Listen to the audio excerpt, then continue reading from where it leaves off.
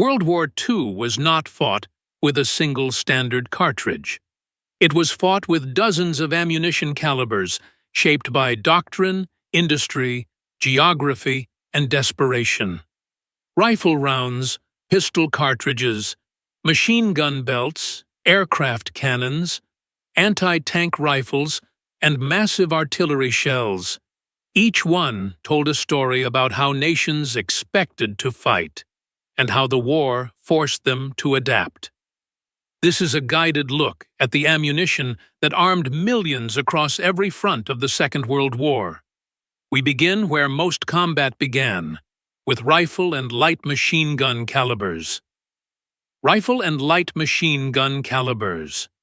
These were the backbone of infantry combat.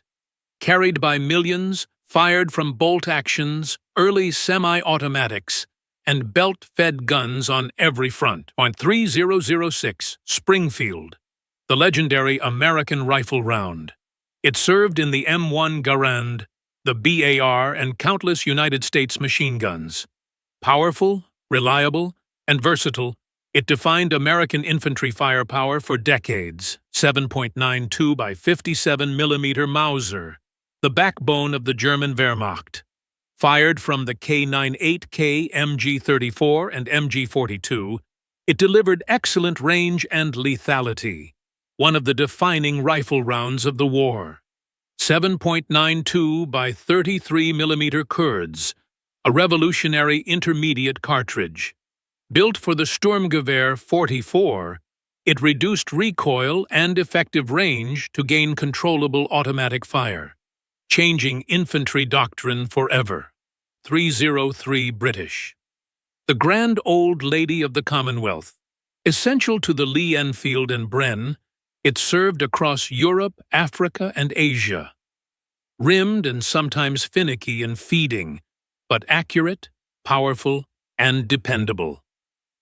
7.62 by 54 mm R, Russia's long-serving standard from the 19th century.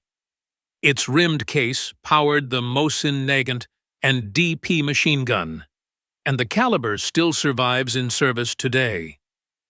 7.5 by 54 mm French, France's modern interwar cartridge, built to replace older designs and used by both Free French and Vichy forces throughout the war. Imperial Japan transitioned late war to 7.7 by 58 mm Arisaka, tended to replace the smaller earlier round, with ballistics closer to the British point, 303. Before that, 6.5 by 50 mm Arisaka was used extensively, especially early. Mild recoil, strong penetration, and controllability made it effective, where endurance and sustained fire mattered most. Italy relied mainly on 6.5 by 52 mm Carcano, accurate but often criticized as underpowered compared to other major rifle rounds. Italy briefly attempted modernization with 7.3, 5 by 51 mm Carcano, but production limits and logistics forced a quick return to the older 6.5 mm. Among neutral nations, 6.5 by 55 mm Swedish stood out, an exceptionally accurate and efficient round used in finely made Swedish Mausers. Older Mauser patterns remained in service. 7 by 57 mm. Mauser lingered in reserve and neutral use, while 7.65 by 53 mm Mauser remained widespread in countries that retained earlier Mauser rifles. World War I holdovers still appeared. 8 by 50 mm R Liebel, outdated and rimmed, remained in limited French secondary service in 1940. Another legacy caliber was 8 by 56 mm R Mannlicher, originally Austro-Hungarian, still used by Hungary and other Axis minor powers. Several lesser-known but important rounds also saw wartime service. 8 by 50 mm R Mannlicher earlier variant appeared in Bulgaria and late-war German emergency forces. 6.5 by 53.5 mm R served Dutch and Romanian use, and 8 by 58 R Danish Krag remained with Denmark's older rifles. Finally, 8 by 50 9mm R. Breda was a powerful Italian heavy machine gun cartridge, mainly used in vehicle-mounted and anti-aircraft roles rather than standard infantry fire. Together, these rifle and light machine gun calibers reveal the war's reality. Innovation, legacy equipment, and supply necessity colliding on the same battlefield. Pistol and submachine gun calibers. These rounds dominated close-quarters combat, trench raids, urban fighting, armored crews, officers, and airborne troops. 9 by 19mm Parabellum, the defining pistol and SMG cartridge of the war. Born in Germany, carried by both Axis and Allies, and destined to become the most influential handgun round of the 20th century. 7.62 by 25mm Tokarev, the Soviet high-velocity pistol and SMG round. Fired from the TT-33 and PP-Shaw-41, it excelled in penetration and urban fighting.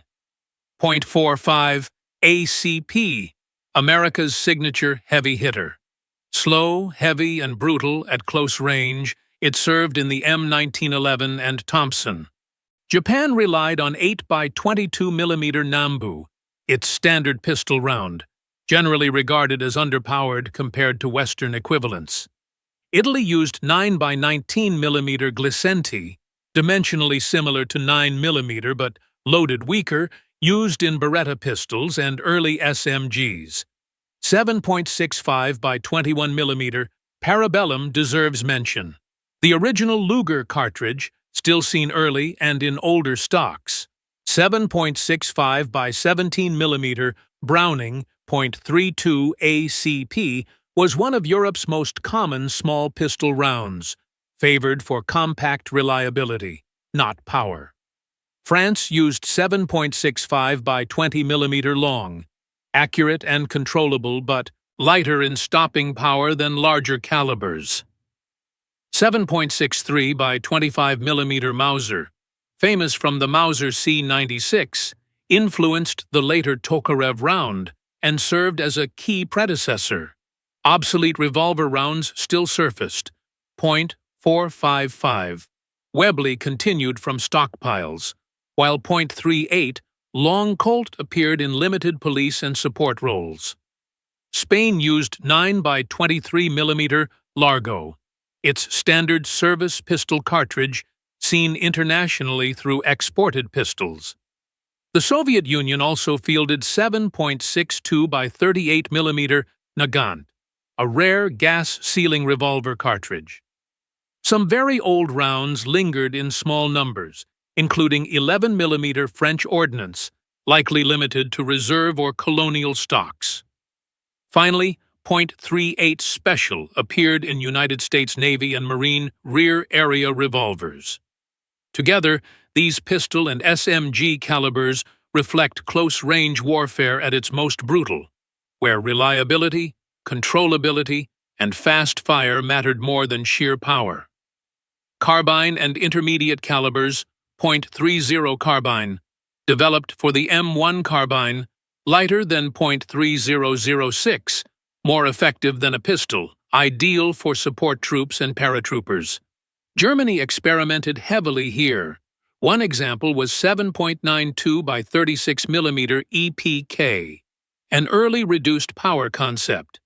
Another was 7.65 by 38mm, part of broader trials that revealed full power rifle cartridges were excessive for most combat ranges.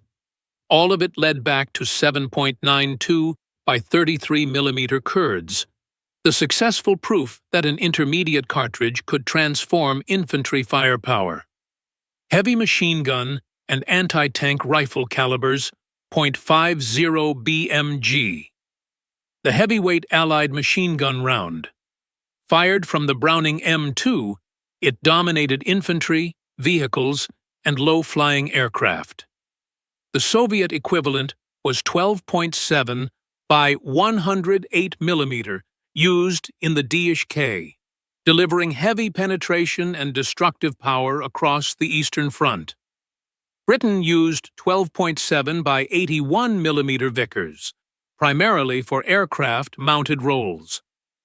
Italy fielded 12.7 by 81 mm SR, smaller than American and Soviet giants, but still effective in vehicle and anti-aircraft use. France and others used the 13.2 mm Hotchkiss family. A rarer caliber was 13 by 64 mm B, short but extremely heavy, used in limited specialized installations. At the extreme end was 14.5 by 114 mm, fired from the Soviet PTRD and PTRS anti-tank rifles. That evolved into 20 by 82 mm MG151/20. For bomber destruction, Germany deployed 30 by 90 mm Mk108. The Allies relied heavily on 20 mm Hispano-Suiza. Another famous system was 20 mm Oerlikon. The Soviet Union used 20 mm SVAK. Japan fielded 20 mm Type 99. Heavier calibers followed. 23 by 152 mm delivered immense explosive power. Limited experimental designs also appeared, such as 15 by 104 mm. Shotgun calibers, 12 gauge was the primary shotgun caliber used. Light, medium, and heavy cannon calibers. Early on, 25 mm Hotchkiss served France. 37 mm guns were widely used early. The Soviet Union relied on 45 mm. Italy and the United States used 47 mm. Germany moved to 50 mm. A major leap came with 57 mm.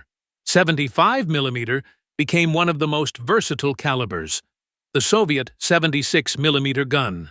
Then came the legend, 88 mm. Late war. America fielded 90 mm. The ammunition behind the war. World War II was not fought by weapons alone. It was fought by ammunition, by millions upon millions of cartridges, shells, and rounds produced, transported, and fired across every continent. From full-power rifle cartridges to experimental intermediate rounds, from heavy machine gun belts to aircraft cannon shells, every caliber reflected the tactical thinking and industrial reality of its nation. This was the ammunition of World War II.